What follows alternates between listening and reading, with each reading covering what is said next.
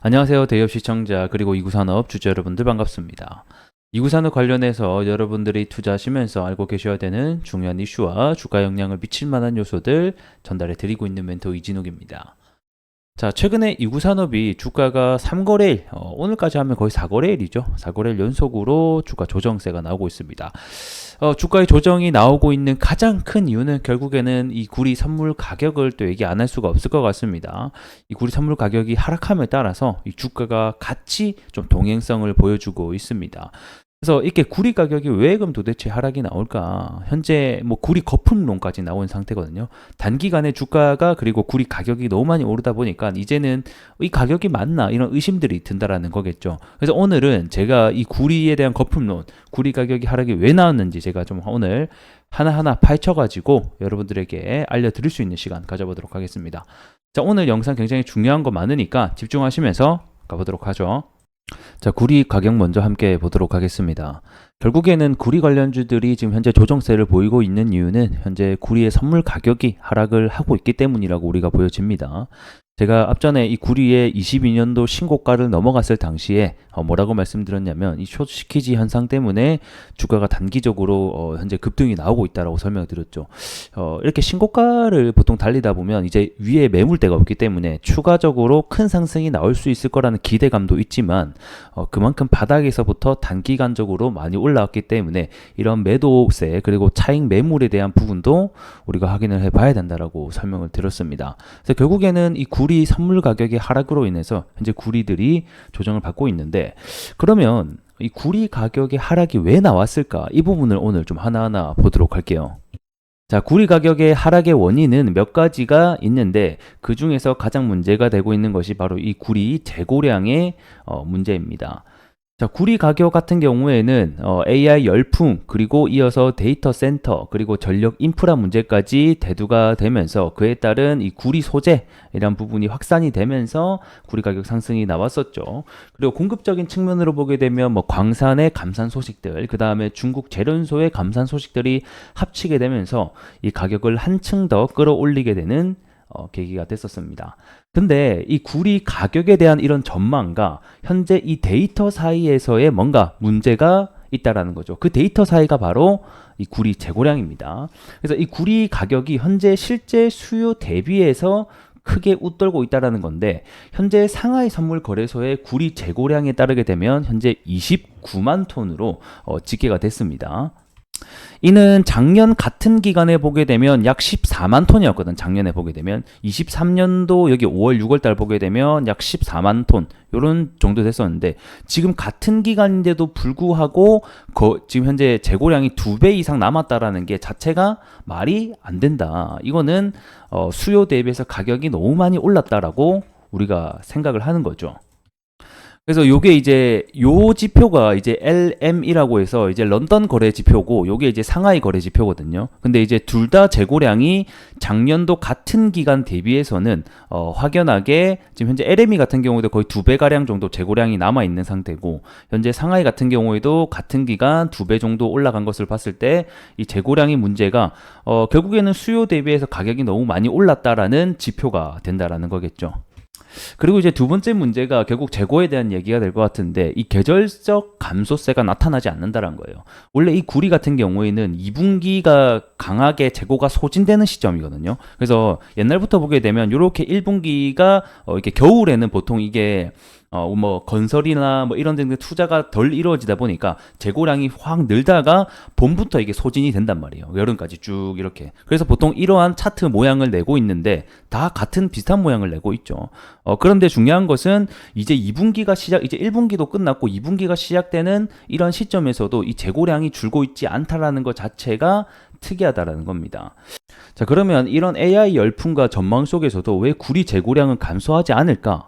이 부분을 우리가 생각해 보게 된다고 하면, 원래 이 최대 구리 소비국 중에 하나가 중국이거든요. 근데 현재 중국의 부동산 시장, 그 다음에 건설 시장이 사실 많이 위축되어 있습니다. 그러다 보니까 이 최대 소비국이 사실 구리를 많이 소비를 해줘야 되는데 그렇지 못하다 보니까 이 구리의 재고가 엄청나게 많이 남아있는 상황이다라고 보시면 될 것 같고, 그래서 원래 이 2분기가 이 건설 활동이 가장 활발한 시기 중에 하나고 뭐 자동차 제조업이 또 활기를 띠는 분기거든요. 근데 재고량 자체가 소진되고 있지 않다라는 것은 결국에는 이 데이터와 그 다음에 이 전망가의 괴리가 존재한다라는 부분들이 될 것 같습니다. 자, 그리고 우리가 또 하나 눈여겨봐야 되는 게 이 구리 가격에 따른 프리미엄을 봐야 됩니다. 이 중국의 정년 구리 수요를 가늠하게 하는 지표가 바로 이 실물 프리미엄이 되겠는데, 이 실물 프리미엄이 톤당 0달러 아래, 한때는 마이너스 5달러까지 급락한 것에 좀 주목을 해볼 필요가 있습니다. 이 프리미엄의 중요성은 이 실제 구매 비용을 파악하는 데 중요한 지표가 되고요. 그 다음에 이 최종 사용자가 지불하는 가격에 반영이 되다 보니까 이 프리미엄 자체가 없다라는 게 지금 구리 가격에 리스크가 있다라는 것을 의미를 하게 되는 거거든요.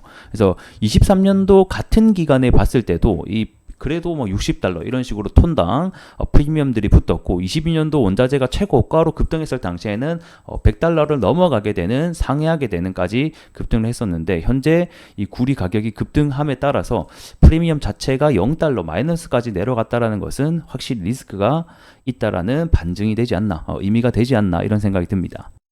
자, 그리고 이거 말고도 뭐 비상업 순 포지션에 대한 부분도 리스크도 있거든요. 그래서 이거는 제가 영상 길이가 길어지니만큼 다음 시간에 또 이어서 리스크적인 부분들이 또 뭐가 있는지도 하나하나 좀 살펴드릴 수 있도록 하겠습니다. 저는 사실 이 구리를 투자하고 계신 분들에게는 죄송하다는 말씀을 좀 드리고 싶은데, 뭐 리스크적인 부분도 분명히 저는 알아야 된다라고 우리가 생각을 합니다. 단순히 무조건 좋다, 수요가 이만큼 늘어날 것이다라는 전망도 좋지만, 투자하실 때 리스크적인 부분도 여러분들이 잘 알고 계셔야지 올바른 판단을 하실 수 있다라고 생각이 들어서 이러한 영상도 여러분들에게 준비해 드렸다라고 생각해 주시면 감사할 것 같고, 해당 영상이 조금 도움이 되고 계시다라고 하시면 좋아요와 구독으로 큰 힘 한 번만 부탁드리도록 하겠습니다. 자, 그럼 이제 차트로 넘어가서 또 함께 얘기 나눠보도록 할게요. 자, 차트를 통해서 포인트 잡아보도록 하겠습니다.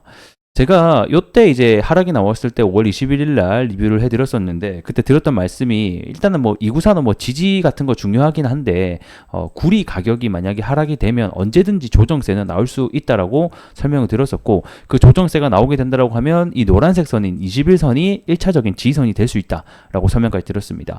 자, 그리고 나서 구리 가격 하락에 의해서 현재 이 노란색 선의 21선이죠. 심리적인 지지선입니다. 그래서 이 가격을 좀 이탈은 아직까지는 안 해주면서 지지를 해주고 있습니다. 자, 앞전에서도 여기서 좀 이탈을 해준 척 했으나 잘 지지를 받고 반등이 나왔기 때문에 일단 단기적으로는 이 21선을 기준으로 놓고 보시는 게 좋을 것 같고, 그리고 또 하나의 포인트를 잡아보게 되면 일단은 얘가 지금까지 올라오면서 이 기준봉을 이탈하진 않았습니다. 그래서 자, 과거에서도 보게 되면, 자, 어디부터 좀 보면 좋을까요? 자, 여기서 볼게요. 자, 여기서도 기준봉이 하나 세워지죠. 그리고 나서 여기 저점을 딱 지켜주면서 올라간다라는 거예요. 자, 그리고 나서 기준봉은 항상 바뀝니다. 거래대금과 터지면. 자, 그리고 나서도 여기 기준봉 하나 세워지죠. 여기 저점 이탈합니까? 안 합니까? 안 하죠. 그리고 나서 또 재상승이 나온다는 거예요. 그러면 지금 봤을 때 기준봉 어디냐? 여기라는 거예요. 요거. 요 놈이 기준봉이거든요. 그럼 요 놈의 저점을 이탈하면 안 되는 거예요. 그래서 요 놈의 저점과 21선이 만나는 구간, 여기가 좀 강한 지지선이다 보니까 오늘이, 그리고 어제가 반등이 나온 시점이다라고 보시면 될 것 같고, 그럼 단기적으로 여기를 이탈을 안 해주는 게 우리가 좀 중요하겠구나라는 것을 알 수가 있을 것 같고, 만약에 여기를 하향 이탈한다라고 하게 되면 아무래도 가장 큰 원인은 구리 가격이겠죠. 구리 가격이 떨어지면 같이 떨어지는 거예요, 이게. 그렇게 놓고 봤을 때는 일단 단기적으로는 이제 하락에 대한 시그널이 나올 수가 있는 거고, 하지만 여전히 조금 더 중장기적인 관점에 봤을 때는 추세가 여전히 살아있어요. 그래서 추세를 밟으면서 여기서 다시 이런 식으로 또 갈 수 있다는 점을 우리가 알고 계셔야 될 것 같습니다. 그래서 이게 매매를 하실 때는 사실 다양한 시나리오를 좀 세워 두셔야 돼요. 내가 어디 선까지 이탈하면 자를 것이다, 또는 뭐 어디까지는 보겠다, 이런 부분들을 참고할 수 있는 것들을 제가 과거 기술적을 통해서 여러분들에게 알려드리고 있다라고 좀 생각을 해주시면 감사할 것 같고요. 오늘 이제, 그러니까 어제죠. 어제 이제 갭 하락이 나오게 되면서 여기 이제 갭이 생겼었단 말이에요. 그래서 보통 이런 게 기술적으로 한번 이런 식으로 쳐주거든요. 그래서 오늘 사실 기술적 반등이 나왔습니다.